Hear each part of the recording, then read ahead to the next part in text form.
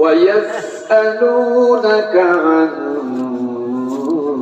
ذي القرنين قل سأتلو عليكم منه ذكرا। আর তারা আপনাকে যুলকারনাইন সম্পর্কে জিজ্ঞেস করছে, কুল আপনি বলে দিন, সাআতলু আলাইকুম মিনহু যিকরা, যুলকারনাইনের ব্যাপারে আমি তোমাদেরকে পুরো বৃত্তান্ত শুনিয়ে দিব। যুলকারনাইন কে, তার পরিচয় আল্লাহ এর পরের আয়াত থেকে বড় সুন্দর করে তুলে ধরেছেন।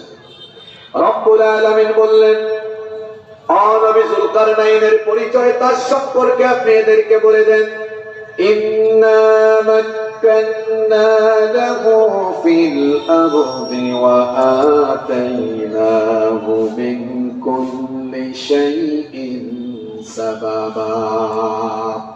আল্লাহ তাআলা বলছেন, ইন্না মাক্কান্না লাহু ফিল আরদ, নিশ্চয়ই আমি তাকে অর্থাৎ যুলকারনাইনকে জমিনের বুকে অধিষ্ঠিত করেছিলাম, আমি তাকে কর্তৃত্ব দিয়েছিলাম, ক্ষমতা দিয়েছিলাম।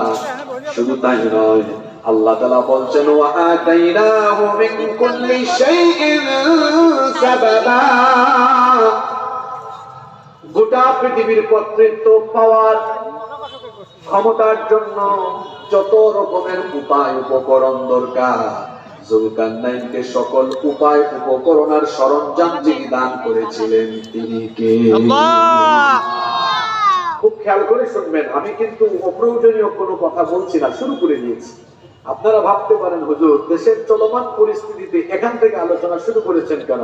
একটু পরে বুঝবেন কেন শুরু করেছে এখান থেকে। যুলকারনাইন ওনার